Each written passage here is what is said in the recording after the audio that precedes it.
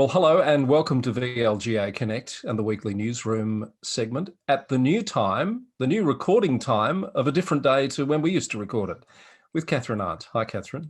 Hi, Chris. How are you? I'm well, thank you. How are you?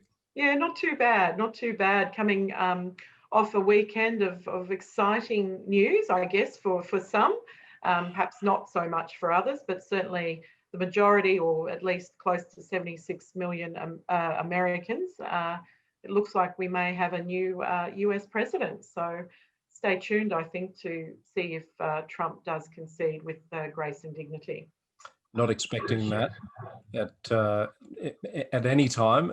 Not expecting it to be a smooth 70 odd days, but we'll wait and see. Just back on our change of record schedule, Kathryn. I felt that the newsroom was perhaps needing its own space. It was coming out too close to the governance update, so we thought we'd go early in the week for newsroom, later in the week for governance, which makes sense. And I think, look, that makes perfect sense. We can kick off the week with news of the week and news to come, and of course the much anticipated and viewed governance update can close off the week. So I thought that was an excellent idea of yours, Chris. Thanks for that.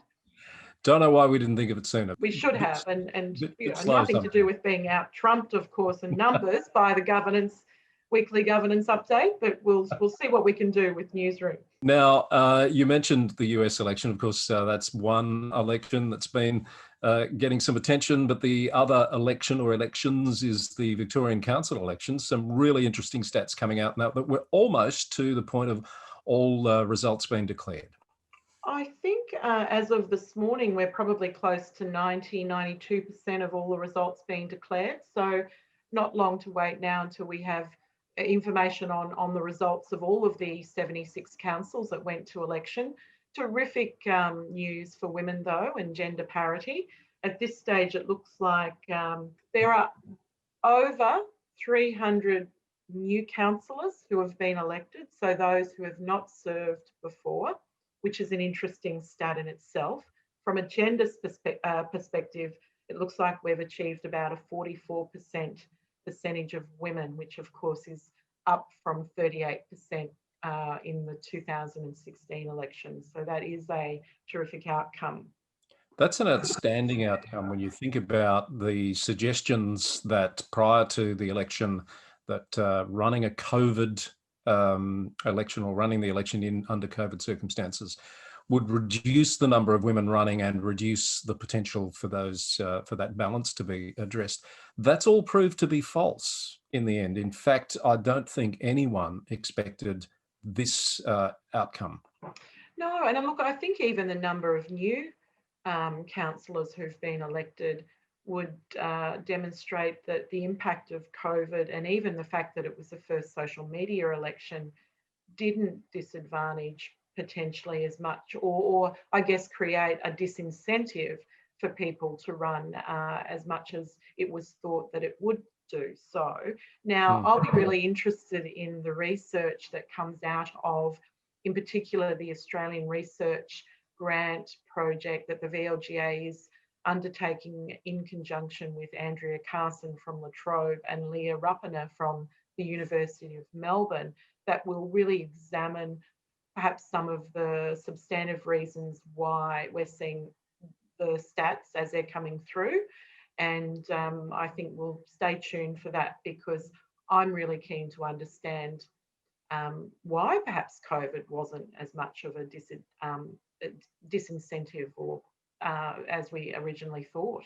I'll be interested to see if anything comes out of that research as well around the nature of the campaign. I'm hearing a lot of people talk about how, let's call it for what it was, how nasty the campaign was, and a lot of women were really challenged by that sort of behaviour that seemed to be directed more to them than male candidates, which is, it's just unacceptable. I don't get it, and I wonder whether we'll get a body of evidence that might help us understand what happened there. Yes, look, I'm not sure if it happened more to women than it did to other candidates. It certainly was raised, though, by women, and it was of concern to the VLGA also. In fact, we've recently submitted a document, a submission to a parliamentary inquiry looking at the use of social media in elections.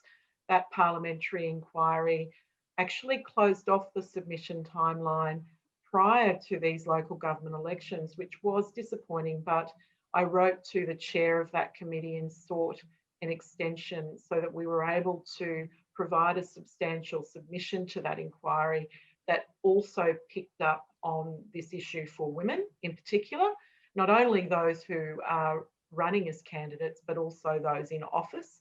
We've seen the use of social media, just the most outrageous things have been said on social media towards women incumbents, but also those who are candidates.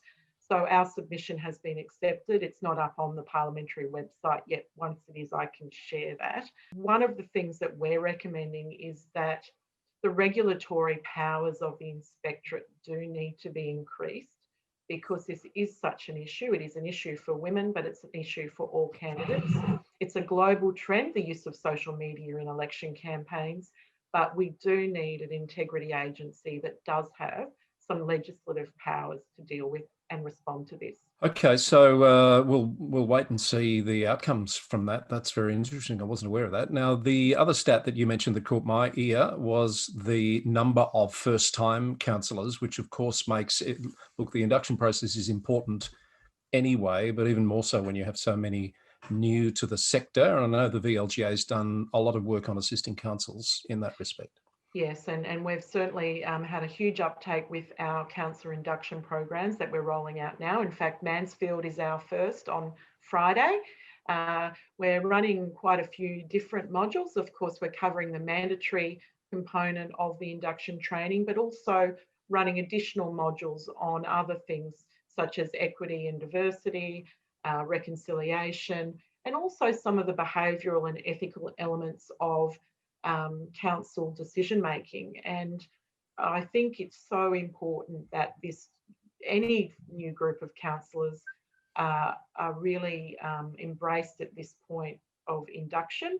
We covered it off on our panel on Friday with the local government inspectorate and also VLGA, a governance manager from Nillumbik, and talked about the opportunity now with an incoming councillor group through the induction process to support the culture of that councillor group and their deliberations and decision-making processes across their term. And even prior to that, with the panel on the role of the mayor, more than just a title, that also touched on how the mayor has a role in those processes as well, particularly with some new powers under the Act. Yes, a really important role. If the mayor is not leading that group of councillors and setting that framework and role modelling the behaviours that are expected, be very difficult for the councillor group, particularly when it comes to standards of conduct and just how the rules of engagement essentially for that group, who have to work together and make some significant decisions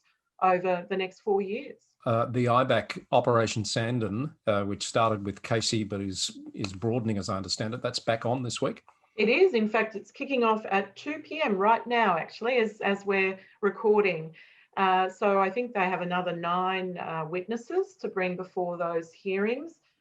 So some of the things that potentially will come from the Sandon inquiry will be donation reform, and many of our viewers will be aware that this was on the table and part of the Local Government Bill 2018, I think, was not then included in the 2019 as a result of the Sandon inquiry. It was the state government made a decision to see what the recommendations would be that came out of Sandon. The other thing that the inquiry will be looking at is planning reform and potentially examining how the Victorian system compares with some interstate models, and also that very complex CEO-councillor relationship. So I think stay tuned, and I'm very pleased that for the local government sector that this, that this hearing has been able to kick off again today. We probably need to wrap it up, Kathryn. Just looking at my schedule after those terrific live panel sessions we've been doing for quite some time now, I don't seem to have any more in the calendar. Well, actually, no, that's not true.